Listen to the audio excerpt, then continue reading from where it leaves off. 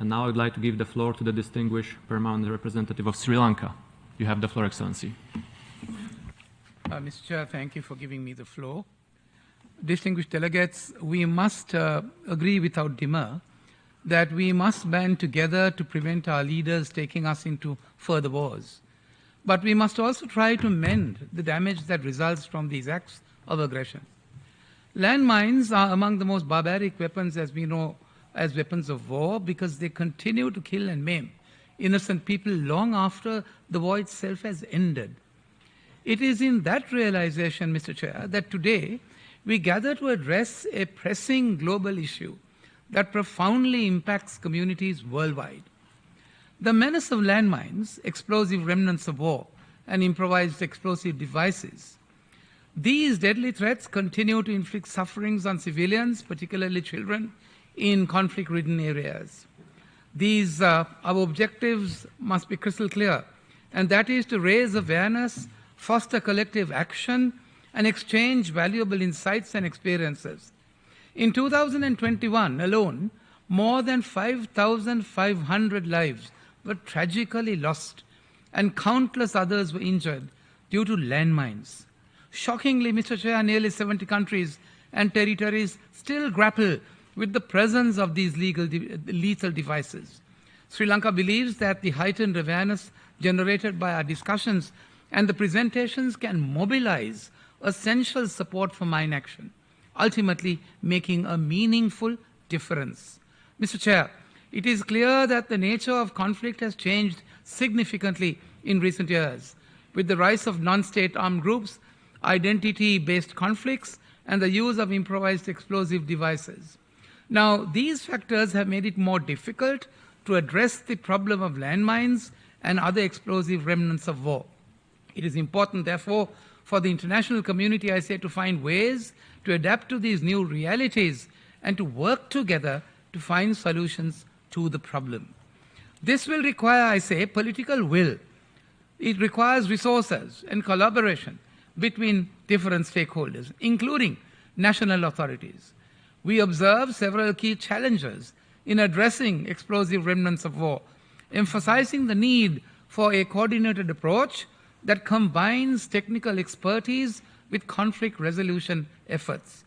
Mr. Chair, these challenges include improving data quality, addressing improvised explosive devices, ensuring sustainability without creating new risks, and integrating affected communities' voices and their perspectives, especially those of vulnerable groups. It is therefore important, I say, to initiate comprehensive and inclusive mine action programs. Sri Lanka as a nation has shown its commitment to mine action and recognizes the significant impact of unexploded ordnance, including landmines, cluster munitions, and other explosive remnants on communities. We are dedicated to addressing these humanitarian challenges in line with the Anti-Personnel Mine Ban Convention. As a party to the Convention on Cluster Munitions, I might mention in passing, and acceding to the Mine Ban Treaty in 1997, Sri Lanka is committed in non-use, transfer, produce, or stockpile of cluster munitions and anti-personnel mines. Sri Lanka is concerned of the risks of the use of cluster munitions in conflict settings and post-conflict settings. Mr. Chair, Sri Lanka's National Mine Action Completion Strategy reaffirms, I say, its commitment to fulfilling Anti-Personnel Mine Ban Convention, particularly Article 5 obligations. The completion process framework aims to document compliance by identifying and addressing remaining mined areas, including a non-technical survey. Sri Lanka's efforts have led to a cancellation of over 42 square kilometers of mined areas, but require proactive identification and clearance in less populated regions. Mr. Chairman, extensive contamination, as we know, stems from the conflict ending, our conflict in Sri Lanka ending in 2009, with government and non-state actors deploying various mines.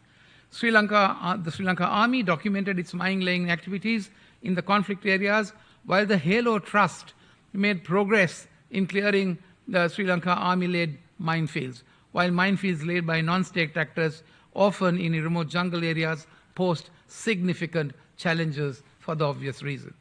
While minefields laid by non-state actors, as I said, pose regions, a non-technical survey identified 8.8 square kilometers of previously unknown mined areas as of May 22 as part of the broader completion process for Article 5 compliance. Mr. Chairman, Sri Lanka nears the conclusion of clearance operations. It actively plans for management of residual contamination. The government's National Mine Action Strategy for 16 to 220 involves various stakeholders, including the Army and civil society. The Sri Lanka Army, equipped with trained humanitarian demining units, will assume responsibility for handling residual contamination.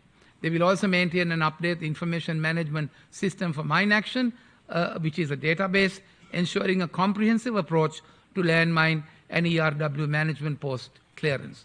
Mr. Chairman, efforts have been made to increase female representation in Sri Lanka's mine action programs, with 40% of employees at the National Mine Action Centre of Sri Lanka being female as of 2021, including management and operational roles. Additionally, 2 female demining teams became operational in 2022. This inclusivity, I say, aligns with international efforts to promote women's participation in mine action activities, recognizing their valuable skills and contribution to this field. Sri Lanka wishes to give our insights to the work ahead. In demining technology research, the focus is often on new innovations, overshadowing traditional tools. Yet, even time-tested implements have limitations, requiring comprehensive evaluation. The debate on the value of retrospective research on old technologies illuminates, I say, the path forward for prospective research into new ones. The discussion on the effectiveness of traditional demining tools and the need for realistic expectations in the field is gaining traction, Mr. Chairman. These widely adopted tools, often without rigorous scrutiny, are now scrutinized for their practicality. Insights from the recent European Demining Symposium 1 conference reveals a sobering reality. These conventional tools typically achieve less than 80% effectiveness, challenging their superiority over new, untested technologies. Both categories, we find, fall short of the coveted 100% detection benchmark. Rigorous scientific testing is emphasized for evaluating demining tools, urging researchers to draw specific conclusions and focus on refining risk analysis. Not only do these abominable weapons lie buried in silence, Mr. Chairman, and there are millions waiting to kill or maim innocent women and children, but the presence or even the fear of the presence of a single landmine can prevent, it is said, prevent the cultivation of an entire field, rob a whole village of its livelihood, place yet another obstacle on a country's road to reconstruction and development. Mr. Chairman, Sri Lanka advocates automating demining through machine learning, specifically the autoencoder algorithm, for predicting and classifying buried mines. Its versatility in detecting various explosive devices makes it suitable for diverse contexts and restraints. Sri Lanka wishes to highlight the severe global issues of landmines, explosive remnants of war, and improvised explosive devices, which continue to inflict suffering on vulnerable communities, especially children in conflict zones. Mr. Chairman, while Sri Lanka is dedicated to mine action, adherence, I say, to international conventions and proactive approaches to managing contamination, we have given significance, I say, to the role of women and incorporate inclusivity towards effective mine action with strategies for demobilization and increased female participation. I say that we must also reiterate the need for improving detection and removal methods and the need for rigorous evaluation of both traditional and emerging demining tools. I thank you, Mr. Chairman. I thank the distinguished representative of Sri Lanka for his statement.